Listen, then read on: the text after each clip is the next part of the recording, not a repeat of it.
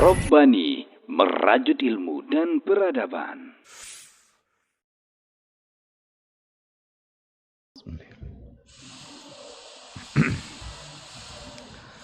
Bismillahirrahmanirrahim. Assalamualaikum warahmatullahi wabarakatuh. Innal hamdalillah nahmaduhu wa nasta'inuhu wa nastaghfiruh wa na'udzu billahi min syururi anfusina wa min sayyiati a'malina may yahdihillahu fala mudhillalah wa may yudlilhu fala hadiyalah. Asyhadu an la ilaha illallah wahdahu la syarikalah wa asyhadu anna Muhammadan abduhu wa rasuluh la nabiyya ba'da. Ikhwati fillah, ma'asyiral hadirin wal hadirat, Bapak Ibu yang dimuliakan Allah, mari kita awali kajian kita dengan mengucapkan puji dan syukur kepada Allah Subhanahu wa taala pada maghrib yang penuh berkah ini. Alhamdulillah, hanya atas izin Allah lah kita bisa untuk melaksanakan kewajiban-kewajiban kita. Maghrib berjamaah sudah kita tunaikan, mudah-mudahan dicatat sebagai amal saleh.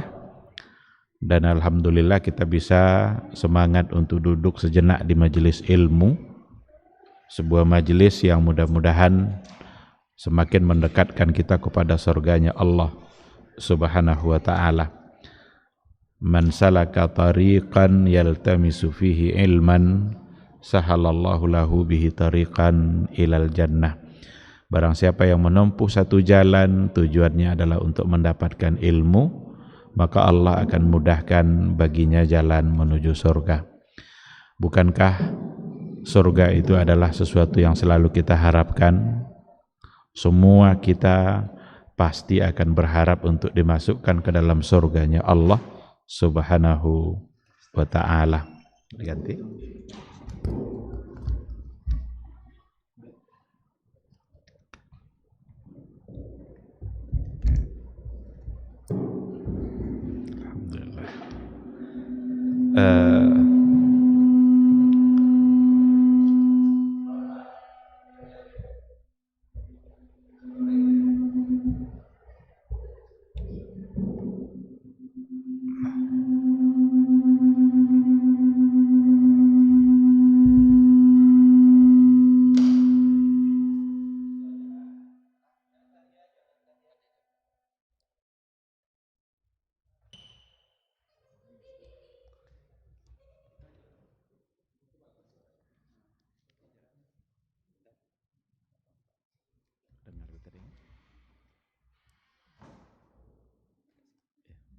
Baik,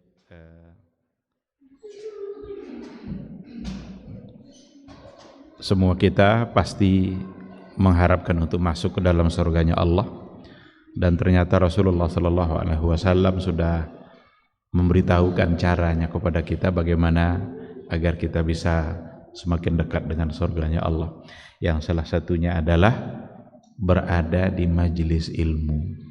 Itulah sebabnya Rasul mengatakan bahwa majelis ilmu itu adalah taman dari taman-taman surga. Kata Rasul, seandainya kalian lewat di sebuah taman surga, maka kalau bisa berhentilah. Ada sahabat yang bertanya, ya Rasulullah, apa taman surga yang dimaksud itu? Kata Rasul, itulah halaqah ilmu atau majelis ilmu.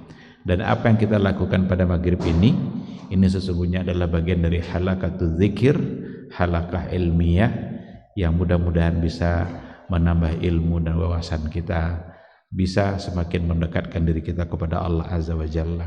Ikhwati fillah, ungkapan salawat dan salam juga sama-sama kita ucapkan untuk Rasulullah SAW. Mudah-mudahan kita adalah orang-orang yang jujur dalam mencintai Rasul. Kita tidak boleh berpura-pura dalam cinta Rasul. Cinta itu bukan hanya ucapan bibir, bukan hanya sekedar di lisan. Berapa banyak orang yang ngaku-ngaku cinta kepada Rasul, tapi dia membenci sunnahnya. Orang yang kalau cinta Rasul, dia pasti akan mencintai apa saja yang disenangi oleh Nabi, dan pasti akan membenci apa saja yang dibenci oleh Rasulullah sallallahu alaihi wasallam. Mudah-mudahan kita semua bisa mendapatkan syafaatnya di yaumul mahsyar. Yauma la yanfa'u malun wala banun illa man atallaha biqalbin salim. Ikhwati fillah, ma'asyiral hadirin wal hadirat rahimani Allahu wa iyyakum. Kembali kita kepada sirah Nabi kita, sejarah perjalanan sosok yang mulia yang dikagumi oleh siapa saja. Yang mengagumi Rasulullah sallallahu alaihi wasallam bukan hanya sahabat dan kawan-kawannya saja, tapi justru juga adalah musuhnya. Oleh karena itu sangat tidak wajar kalau seandainya kita mengaku cinta dan kita adalah umatnya, lalu kita tidak kenal dengan sejarahnya. Setiap kali ada upaya yang mencoba untuk menyakiti Rasul kita, kita harus merasa terpanggil untuk membelanya. Baru-baru ini ada yang viral itu, disandingkan nama Rasul dengan Holy Wing, apa namanya itu, yang kan siapa yang namanya Muhammad dikasih diskon untuk khamar. Kan luar biasa celakanya orang itu tuh. Jadi kalau namanya Muhammad diberikan diskon untuk harga khamar. Kalau namanya Muhammad kan sudah pasti dia muslim, dan khamar itu pun hukum dalam Islam adalah sesuatu yang diharamkan. Nah, sekarang dikasih diskon untuk yang bernama Muhammad. Oleh karena itu kita harus merasa terpanggil untuk membelanya, dan kita mendoakan mudah-mudahan orang-orang seperti itu diberikan hidayah oleh Allah, diberikan kesadaran agar apa yang dia lakukan itu adalah sebagai sebuah kesalahan yang tidak pantas untuk dilakukan. Baik, yang terakhir yang kita bahas adalah ciri-ciri zaman atau masa dakwah jahriyah. Jadi dakwah jahriyah, dakwah secara terang-terangan. Setelah Nabi berdakwah secara sembunyi-sembunyi, Nabi memulai dakwahnya secara terang-terangan. Ada keadaan-keadaan yang berbeda yang dihadapi oleh Nabi dan para sahabatnya ketika ia sudah memulai dakwah secara terang. Dan itu tidak ada pada masa dakwah secara sembunyi-sembunyi. Kita sudah sampaikan dua hal. Ciri masa dakwah jahriyah itu sudah dua yang kita sampaikan. Kemarin yang pertama sekali adalah kasratul idza, banyaknya ancaman-ancaman, intimidasi, tindakan-tindakan yang menyakitkan secara fisik, dikarenakan oleh mereka menerima ajaran Nabi, baik oleh Nabi sendiri apalagi oleh para sahabat-sahabatnya. Mereka begitu tidak panjang pikir untuk menyiksa para sahabat, karena banyak yang di awal-awal masuk itu selain mereka yang terpandang, tapi banyak dari kalangan orang-orang yang miskin, bahkan dari kalangan budak. Tentu tidak segan-segan mereka untuk menganiayanya. Maka kasratul idza, banyaknya hal-hal yang menyakitkan yang dialami oleh para sahabat, tetapi mereka dengan penuh kesabaran menghadapi itu semua, karena janjinya adalah surga.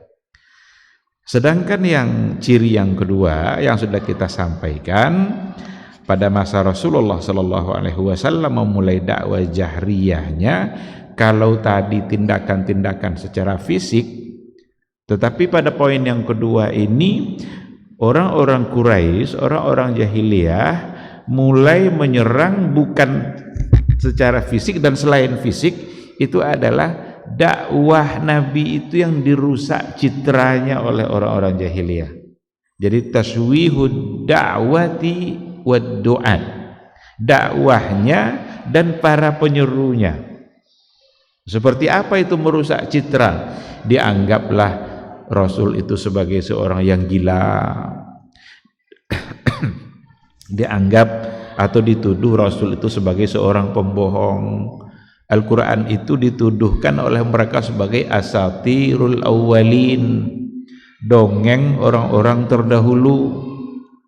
Jadi dikiranya, dianggapnya Al-Quran itu adalah dongeng umat-umat terdahulu, karena memang banyak catatan sejarah yang turun karena di dalamnya ada kisah-kisah iman dan kisah-kisah kekufuran. Kan Al-Quran kan banyak isinya sejarah kan, Nabi Musa, kisah Fir'aun, bagaimana tongkat bisa menjadi ular, bagaimana Ashabul Kahfi tidur 309 tahun. Itu kan kalau dibawa kepada akal pikiran kan seolah-olah itu nggak nyambung kan, tidur 309 tahun coba, nggak makan, nggak minum, tapi dia tetap hidup. Ada kisah Uzair yang tertidur 100 tahun. Ketika dia bangun, dia masih saja seperti seorang pemuda yang dulunya dia menghafal Taurat. Tidak hilang Taurat itu di kepala dia, padahal dia tertidur selama 100 tahun. Itulah sebabnya orang-orang Yahudi menganggap Uzair itu adalah anak Allah. Jadi kan waqalatil yahudu Uzair ibnullah. Orang-orang Yahudi itu mengatakan Uzair adalah anak Allah. Itu karena kekaguman mereka terhadap yang tadi itu. Sebagaimana orang-orang Nasrani menganggap Isa adalah anak Allah karena dia lahir tidak seperti orang-orang biasa. Maka orang dulu ketika ada kelebihan-kelebihan yang ada pada seseorang gampang untuk dikultuskan. Bahkan sampai-sampai mereka menganggap sebagai anak Allah. Padahal Allah lam yalid walam yulad. Maka dituduhkanlah oleh mereka bahwa Quran itu adalah asatirul awwalin, adalah dongeng-dongeng orang-orang terdahulu.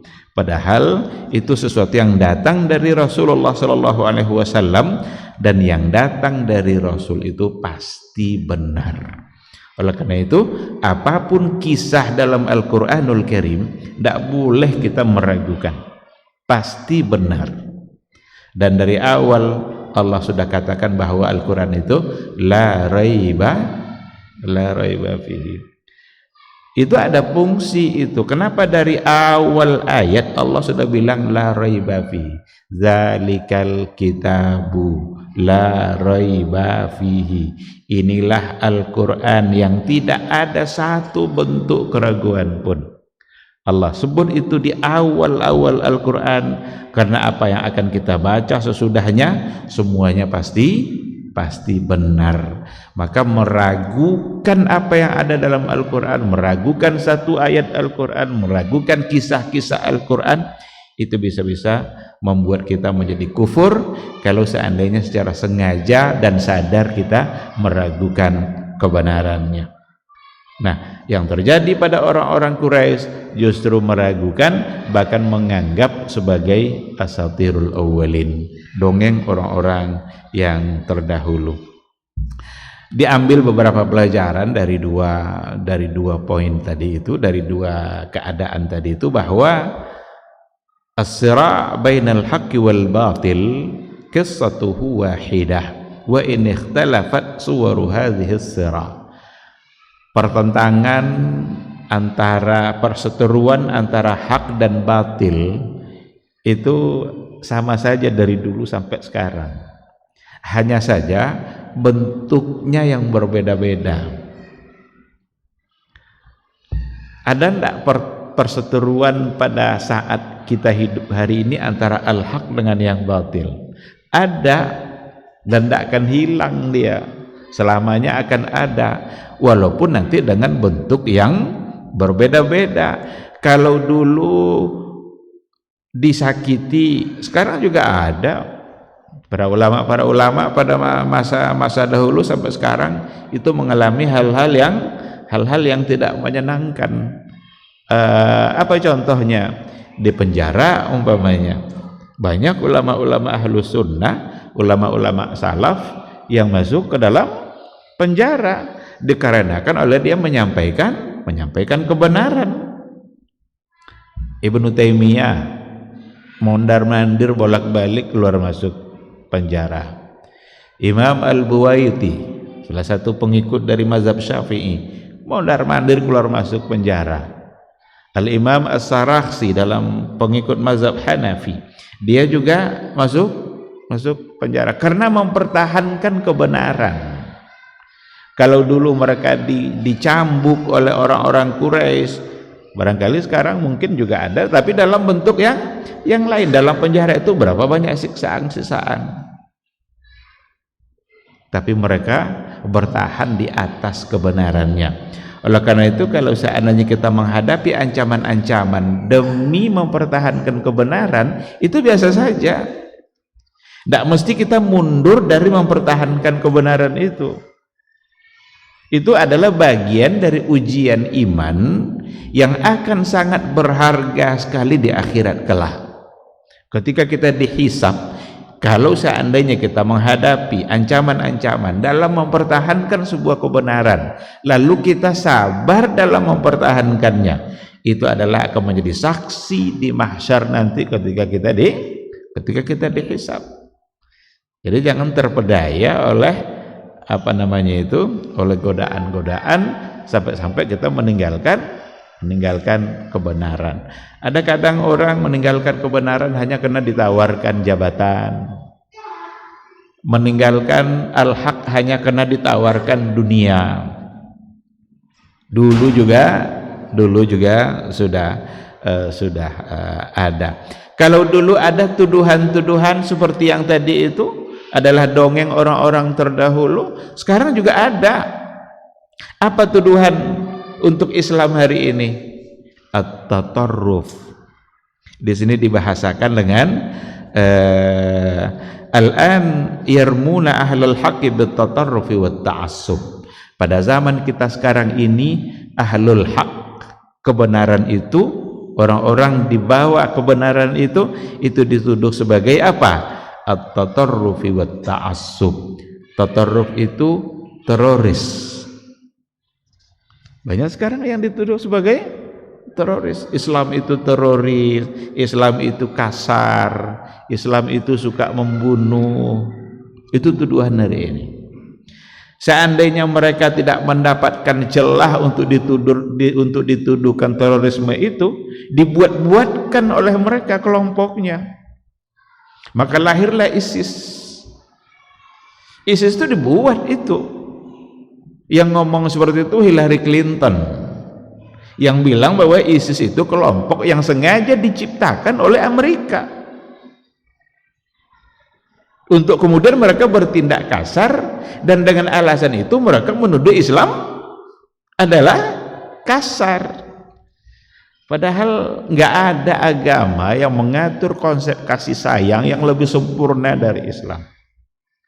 Jangankan sesama manusia, hewan saja dikasihi. Jangankan untuk menyakiti orang, menyakiti hewan saja dilarang dalam Islam.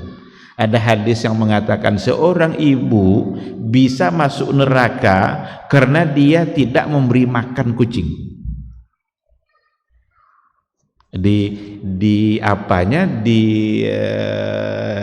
penjaranya kucing itu, dikurungnya kucing itu, lalu tidak dikasih makan. Kata Rasul, itu bisa menyebabkan dia masuk penjara, masuk neraka. Berarti hubungannya sama hewan kan? Di satu sisi ada pula seorang wanita nakal pada masa Bani Israel dulu,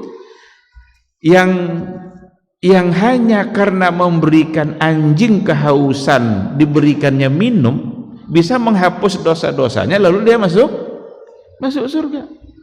Itu hadis, itu datang dari Rasul. Jadi kasihan dia nengok anjing tadi menjulur lidahnya, keluar air liurnya kehausan, tidak bisa dia mengambil air yang ada dalam sumur. Apa yang dilakukan oleh seorang perempuan nakal tadi itu? Dicopotnya sepatunya, kemudian melalui sepatu itu diambilnya air ke dalam sumur, air yang didapat dikasihkan ke anjing itu. Dan kata Rasul, disebabkan oleh perbuatannya itu, dosa-dosanya diampuni oleh Allah dan dia masuk surga. Tapi jangan pula disalahpahami nanti hadis ini. Buat salah banyak-banyak lalu cari anjing kehausan. Ini dosa saya udah banyak nih, sibuk nyari anjing, kasih minum, terhapus dosa. Bukan itu maksudnya. Jadi kalau salah paham kita dengan hadis kadang bisa larinya ke situ. Jadi persoalannya ada pada hati yang bersih, yang dia merasa kasihan dengan seekor anjing yang sedang kehausan. Berarti hati lagi masalahnya kan? Karena dalam hadis memang dikatakan dalam diri semua manusia ini ada segumpal daging, kalau itu baiklah semuanya, tapi kalau itu yang bermasalah, maka bermasalah pula semuanya. Jadi konsep kasih sayang dalam Islam itu lengkap. Tidak mungkin untuk dituduhkan sebagai teroris, itu nggak mungkin. Kalau ada pelaku-pelaku terorisme yang ternyata mereka Islam, ada jenggotnya, itu hanya oknum, karena perbuatan yang sama bisa dilakukan juga oleh orang yang selain muslim.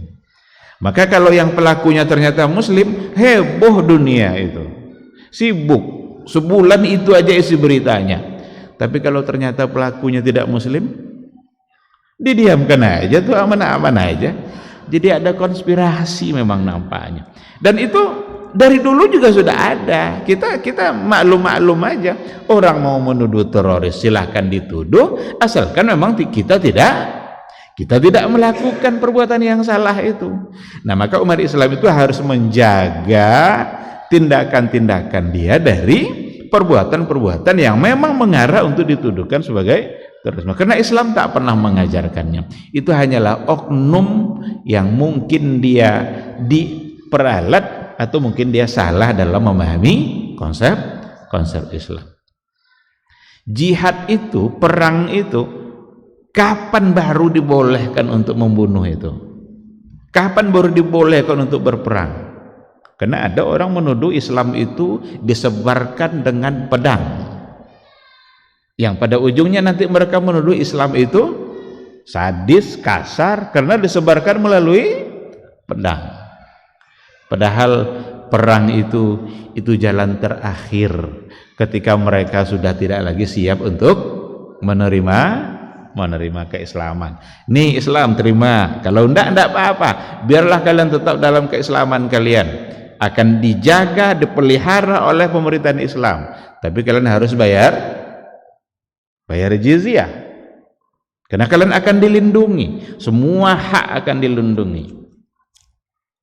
Tapi kalau ternyata itu juga mereka tidak mau, bahkan mereka menentang dan ingin memerangi Islam, bukankah yang paling wajar balasannya juga diperangi? Jadi kalau sudah diajak damai tidak juga mau, disuruh bayar ini tidak juga mau, malah mereka ingin memerangi. Tentu yang paling tepat pada saat itu adalah berperang, dan saat itulah dibolehkan. Dan Islam punya aturan yang sangat lengkap dan rapi dalam soal peperangan, yang kalau kita bandingkan dengan bagaimana perilaku Yahudi hari ini, itu tidak bisa dibandingkan. Apa aturan yang ada dalam Islam? Tidak boleh membunuh wanita, tidak boleh membunuh orang-orang tua, tidak boleh membunuh anak-anak, tidak boleh merusak rumah ibadah. Jadi kalau berperang, umat Islam berperang melawan musuhnya, orang-orang kufar, benar-benar yang diperangi itu dia yang memerangi juga. Tapi wanita, orang sakit, orang tua, anak-anak nggak boleh dibunuh sama sekali. Coba tengok Yahudi Israel di Palestina, siapa yang mereka bunuh? Justru mereka nyari anak-anak itu untuk dibunuh. Kenapa demikian? Karena dia tahu ini anak ini nanti akan menjadi besar. Kalau dia sudah besar, nanti akan menggantikan orang tua yang sekarang mereka hadapi. Rumah ibadah mereka hancurkan, orang-orang tua mereka bunuh. Tidak ada aturan perang bagi mereka. Maka yang teroris itu sebenarnya mereka itulah.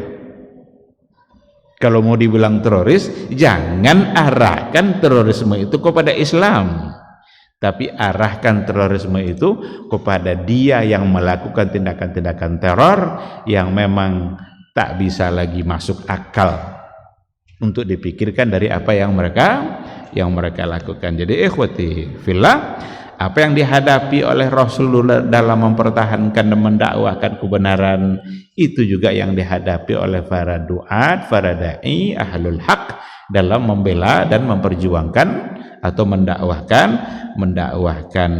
Islam.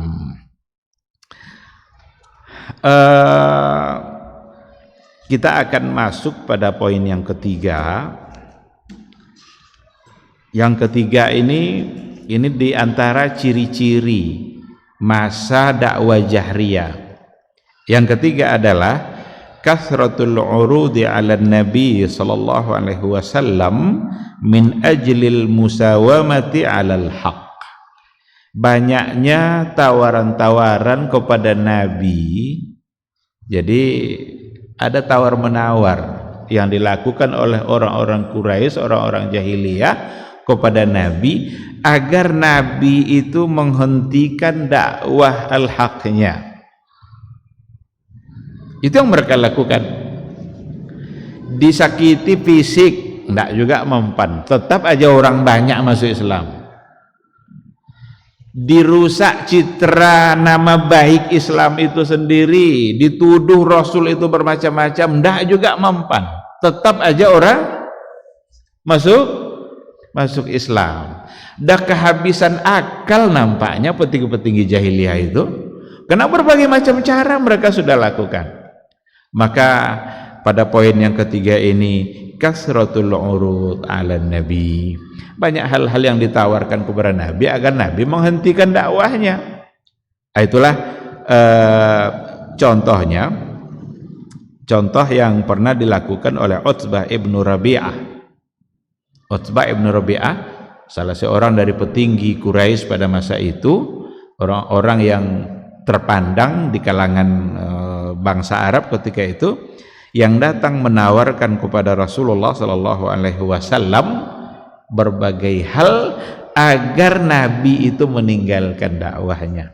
Apa yang ditawarkan kepada Nabi Muhammad sallallahu alaihi wasallam oleh yang namanya Utbah, katanya, in kunta innama turidu bihadzal amr malan jama'na laka min amwalina.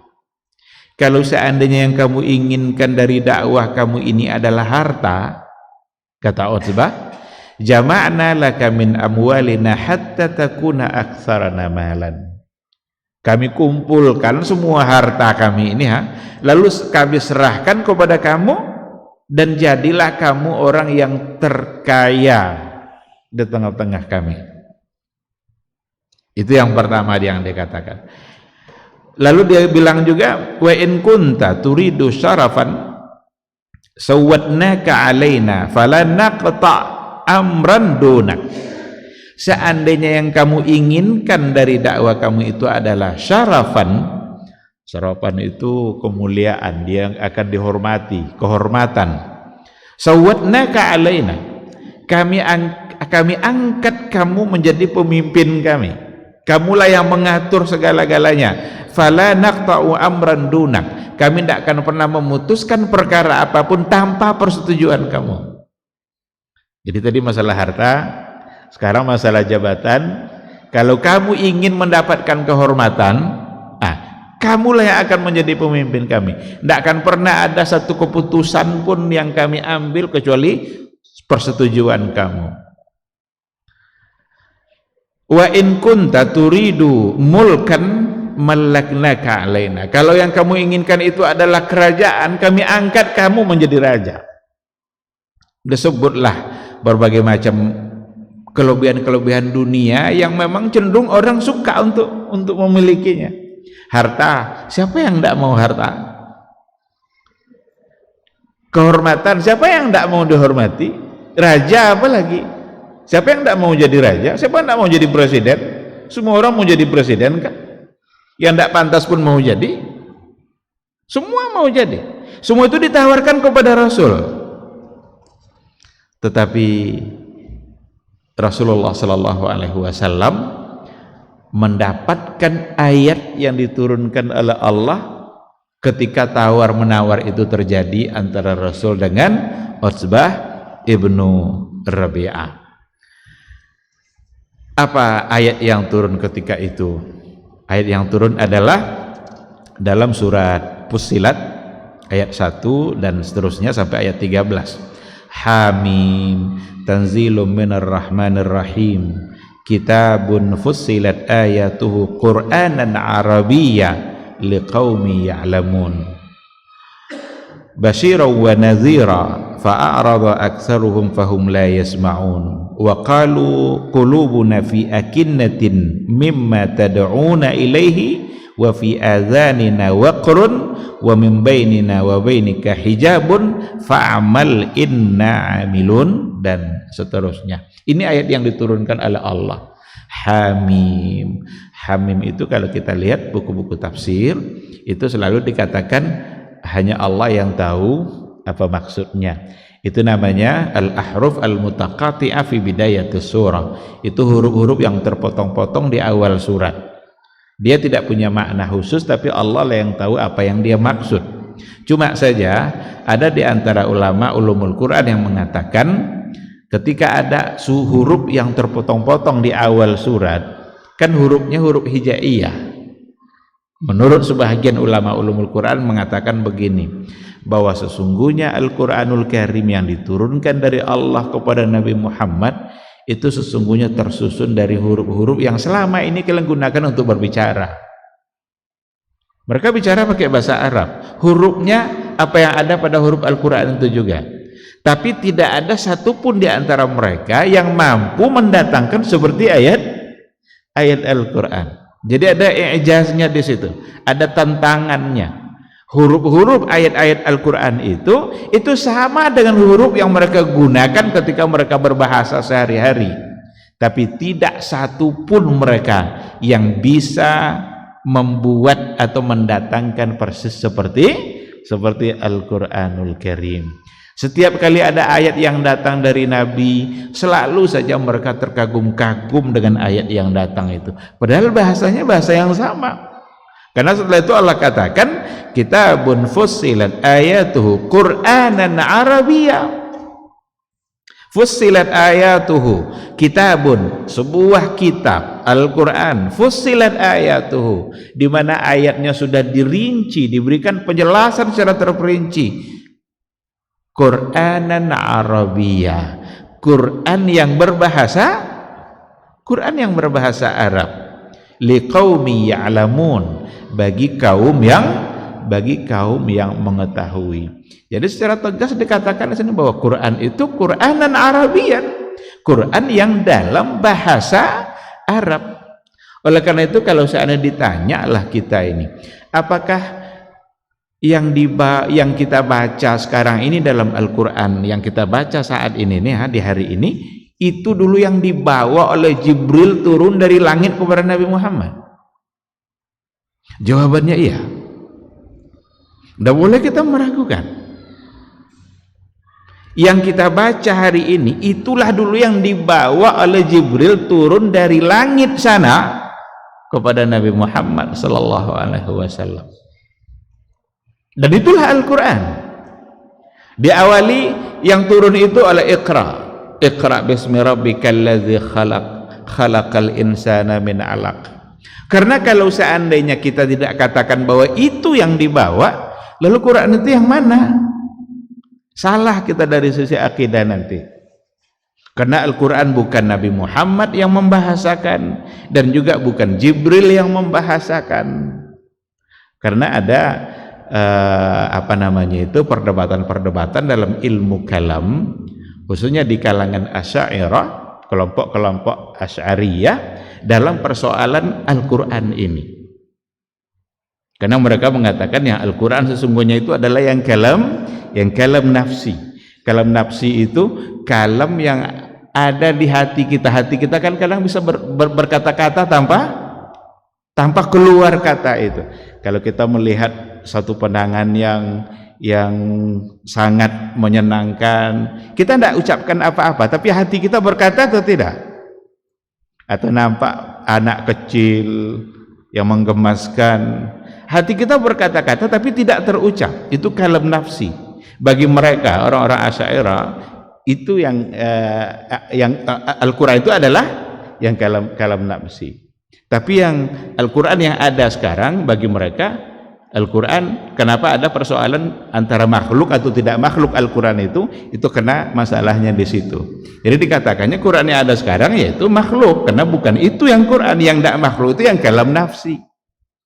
Jadi pertanyaannya, kalau memang seperti itu, kalau memang bukan yang ini, lalu ini siapa yang membahasakannya? Jibril kah atau Nabi Muhammad? Maka yang benar itu adalah yang diyakini oleh para sahabat, yang diyakini oleh Rasulullah SAW, bahwa sesungguhnya yang kita baca hari ini dalam mushaf Al-Quran itulah dulu yang diturunkan kepada Rasulullah, dibawa oleh Jibril alaihissalam. Nah, karena di sini dikatakan Qur'anan Arabiyya liqaumi ya'lamun. Lalu dikatakan basyiran wa nadhira. Basyiran ada dua fungsi, memberikan kabar gembira, ada surga bagi para pecinta amal soleh, wa nadhira, dan juga memberikan peringatan, ada neraka untuk para pendosa, untuk mereka yang suka untuk berbuat maksiat, ada pula ancamannya. Untuk mereka yang berbuat baik, ada pula balasannya oleh Allah Subhanahu wa taala. Lengkap sudah isi Al-Qur'an itu, karena dia ada dua sisi. Jadi kita juga dalam hidup ini harus kita ingat-ingat betul. Ingat bahwa Allah itu Maha Pengampun, ingat juga Allah itu Syadidul Iqab. Karena kadang-kadang orang hanya mengambil dari sisi rahmannya saja, kasih sayangnya aja. Ada apa-apalah, salah-salah sikit nanti bisa dimaafkan oleh Allah. Allah memang pemaaf, karena itu sifatnya Allah. Tapi ingat, Allah juga Syadidul Iqab, maha dahsyat iqabnya. Jadi basyira wa nadhira. Fa'arada aktsaruhum fahum la yasma'un. Kebanyakan mereka menentang. Ini kan berarti menyindir yang tadi ini. Menyindir Utsbah ibnu Rabi'ah. Karena kebanyakan orang-orang jahiliyah menentang Al-Quranul Karim, fahum la yasma'un. Mereka tidak mau mendengarkan ayat-ayat Allah Subhanahu wa ta'ala.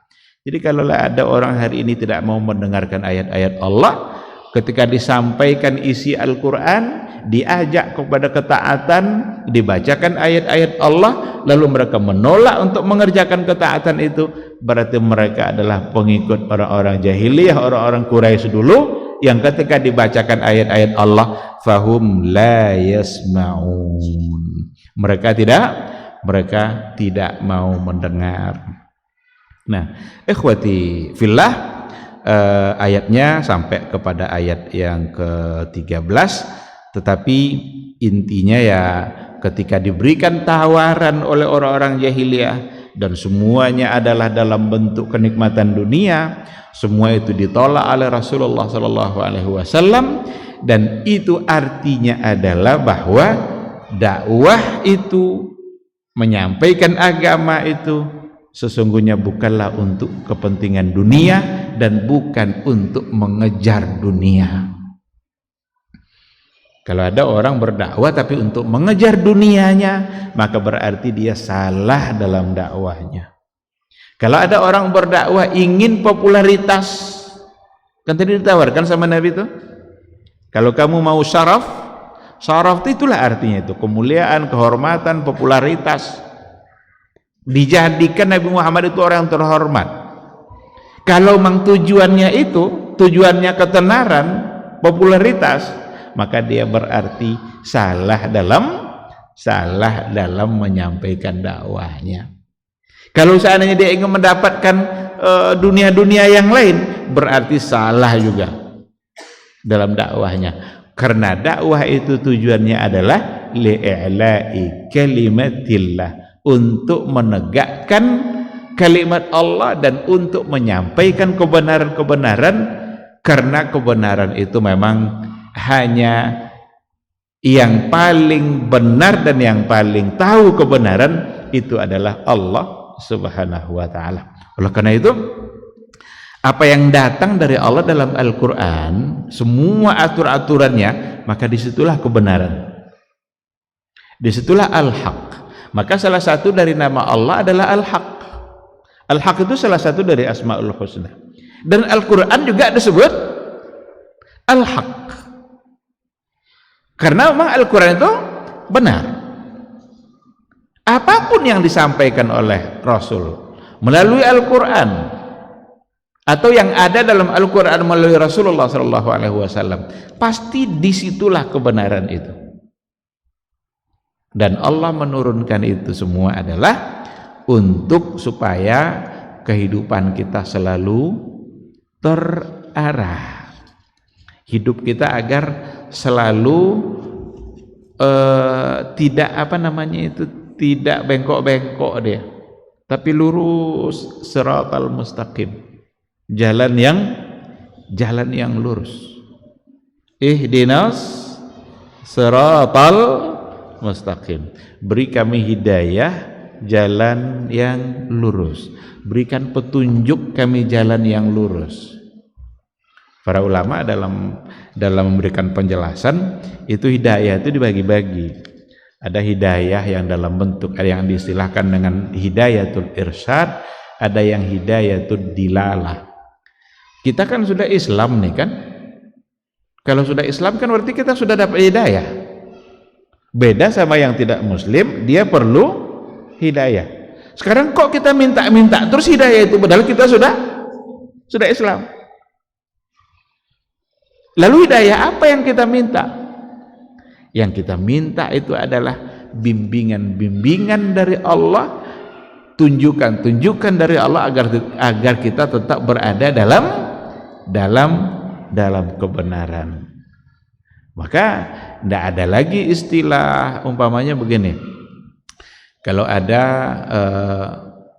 ini umpamanya ada seorang perempuan, dia tidak menutup aurat, dia tidak mau pakai jilbab. Lalu kalau diminta pakai jilbab, saya belum dapat hidayah. Benar enggak kira-kira? Saya belum dapat hidayah. Hidayah apa yang dia maksud? Kalau dia sebagai seorang wanita muslimah, dalam Al-Quran jelas ada anjuran untuk menutup aurat. Kalau hidayah dalam artian itu, ya enggak bisa, karena sudah ada ayatnya, tinggal mentaatinya saja. Nah, tapi kalau yang dimaksud barangkali itu dia belum mendapatkan kesadaran. Mudah-mudahan Allah menyadarkan dia untuk kemudian dia mentaati dalam persoalan hijab, dalam persoalan pakaian agar menutup aurat. Nah, itu mungkin bisa dibenarkan.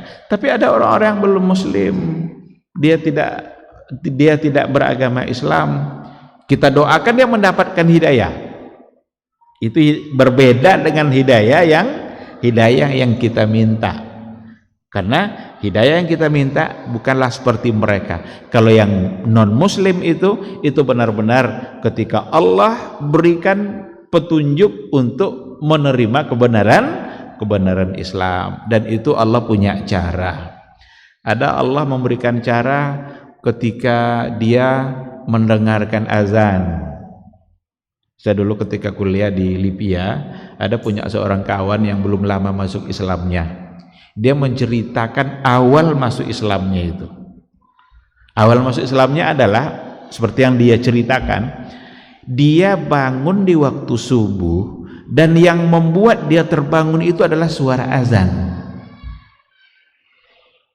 Lalu katanya, setelah saya dengar suara azan itu dan masuk ke dalam hati saya, membuat saya tertarik untuk mengetahui apa makna azan itu. Berarti dari mendengar saja bisa mendapatkan hidayah. Oleh karena itu salah juga itu kalau katanya azan jangan pakai mic katanya. Salah juga itu. Karena justru azan itu untuk diperdengarkan secara luas. Karena bisa-bisa orang mendengarkan azan saja. Kalau memang Allah memberikan petunjuk ke dalam hatinya untuk menerima Islam, melalui suara azan itu dia bisa masuk Islam. Lalu dirubahnya namanya menjadi Abdurrahman setelah dia masuk Islam. Nah, dan Allah punya cara tentu saja. Kalau kita lihat kisah Umar Ibnul Khattab masuk Islam, itu kan hanya mendengarkan ayat. Dia malah tujuannya untuk membunuh Nabi itu. Tujuan awalnya untuk membunuh Nabi. Ada ketemu sama orang-orang kawan-kawannya, ngapain kamu sibuk-sibuk ngurus Muhammad, katanya. Adekmu aja udah Islam. Belok dia nyari rumah adeknya itu. Sampai di pintu rumah adeknya, didengarlah oleh dia ada ayat yang dibaca. Ayat yang dibaca dalam surat Taha. Taha ma anzalna 'alaikal qur'ana litashqa illa tadhkiratan liman yakhsha. Taha ma anzalna 'alaikal qur'ana litashqa, tidaklah kami turunkan Al-Qur'an itu untuk membuat kalian menjadi susah. Jadi Allah turunkan Al-Qur'an bukan untuk membuat kehidupan kita semakin susah. Ini yang didengar oleh Umar dan masuk ke dalam hatinya. Oh, berarti dugaan selama ini bahwa Muhammad membawa agama baru itu untuk menyulitkan kita, berarti enggak benar. Karena Quran yang bilang kan, ma anzalna 'alaikal qur'ana litashqa, bukan untuk menyulitkan. Dan hari ini juga ada tuduhan-tuduhan seperti itu. Banyak kali aturan Quran ini katanya, nggak boleh ini, nggak boleh itu, ini haram, riba haram, ini nggak boleh. Dikiranya Quran itu menyulitkan kita. Alangkah baiknya kehidupan kita kalau riba dibolehkan. Ada orang bilang seperti itu. Bahkan katanya ekonomi kita tidak akan maju kalau nggak kita memakai konsep riba. Ada orang bilang seperti itu. Padahal Al-Quran sudah jelas. Balikkan kepada ayat tadi itu. Ma anzalna 'alaikal qur'ana litashqa, tidaklah kami turunkan Al-Qur'an itu untuk menyusahkan kalian. Berarti kalau bukan untuk menyusahkan, berarti untuk apa? Untuk memudahkan. Dan memang Islam itu untuk memudahkan kita. Maka dalam ayat lain dikatakan, wa ma arsalnaka illa rahmatan lil alamin. Tidaklah kami utus kami wahai Muhammad kecuali menjadi rahmat. Kalau sudah dibilang menjadi rahmat berarti apa? Rahmat itu apa? Menyenangkan, memudahkan, menggiurkan. Itu seharusnya dipahami. Sejalan dia kan. Nah, ketika Umar mendengar itu, berubah pikirannya. Berarti Allah berikan hidayah. Allah berikan, masukkan hidayah ke dalam hatinya, dan itulah yang ternyata membuat dia masuk Islam. Niat dia untuk membunuh Nabi hilang, tapi justru niatnya adalah untuk mengucapkan 2 kalimat syahadat di hadapan Rasulullah sallallahu alaihi wasallam. Diminta oleh Umar lembaran yang dibaca oleh adiknya itu. Enggak, kata adiknya. Dibaca pula ayat oleh adiknya, semakin tertusuk hatinya. Apa yang dibaca oleh adiknya itu? Enggak, katanya, karena sesungguhnya kamu najis. Al-Quran mengatakan innamal musyrikuna najasun, sesungguhnya orang-orang musyrik itu adalah najis. Dan ini adalah Al-Quran, lembaran suci, enggak boleh kamu pegang. Semakin enggak keru-keruan itu, kok saya najis, katanya. Tetapi ternyata itulah awal hidayah yang membuat Umar bin Khattab menerima ajaran Rasulullah sallallahu alaihi wasallam. Ikhwati fillah, jadi inilah pada poin yang ketiga, di mana ada tawaran-tawaran yang disampaikan kepada Nabi Muhammad. Bahkan juga ada tawaran-tawaran kepada Abu Talib. Datanglah orang Quraisy itu membawa seorang pemuda yang gagah, tampan, bilang sama Abu Talib begini, "Hei Abu Talib, serahkan keponakan kamu itu kepada kami," katanya. Tentu untuk dimusnahkan, lalu ini kami ganti dengan yang lebih menarik. Menurut orang-orang Quraisy seperti itu. Kata Abu Talib, "Gila kalian," katanya. "Kalian minta keponakan saya untuk saya bunuh, untuk kalian bunuh, lalu kalian serahkan keponakan kalian untuk saya pelihara." Kan tidak masuk akal kan? Dimintanya, "Hei Abu Talib, serahkan anak keponakan kamu itu kepada kami, ini kami ganti nih." Ditolak mentah-mentah oleh Abu Talib. Jadi ada berbagai upaya dilakukan oleh orang-orang Quraisy, oleh orang-orang jahiliyah, yang tujuannya adalah untuk menghalangi dakwahnya Rasulullah sallallahu alaihi wasallam. Namun karena Nabi berdakwah dengan niat semata-mata untuk menyebarkan agama yang benar ini, dan bukan untuk urusan dunia, untuk keuntungan dunia, semua tawaran dunia tak diterima oleh Rasulullah sallallahu alaihi wasallam. Ini juga yang harus menjadi pelajaran oleh bagi kita hari ini, bagi para dai, para muballigh, para duat. Sebarkanlah Islam itu ikhlas karena Allah. Jangan sebarkan hanya karena untuk kepentingan dunia kita.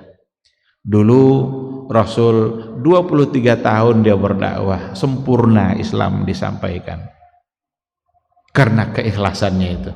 Tapi kalau hari ini kalau tidak ada keikhlasan, jangan-jangan bertahun-tahun berdakwah tapi ternyata tidak menunjukkan bekas di tengah-tengah masyarakat.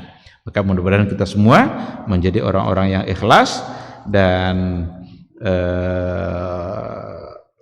barangkali sampai di sini pertemuan kita pada malam hari ini, dan nanti insya Allah kita akan masuk pada poin yang keempat, di mana dikatakan ihtimamun nabi bitarbiyatil imani fi qulubis sahabah. Bagaimana Nabi sangat mementingkan, mengedepankan tarbiyatul iman, pendidikan keimanan fi qulubis sahabah, di dalam hati sahabat. Nanti akan kita lihat insya Allah pada pertemuan yang akan datang. Demikian, terima kasih. Mudah-mudahan apa yang kita sampaikan pada malam hari ini ada ilmu yang bisa kita dapatkan dan bisa menambah iman kita dan menambah ketaatan kita kepada Allah Subhanahu wa taala. Amin amin ya rabbal alamin. Subhanakallahumma bihamdika asyhadu an la ilaha illa anta astaghfiruka wa atubu ilaik. Wassalamualaikum warahmatullahi wabarakatuh.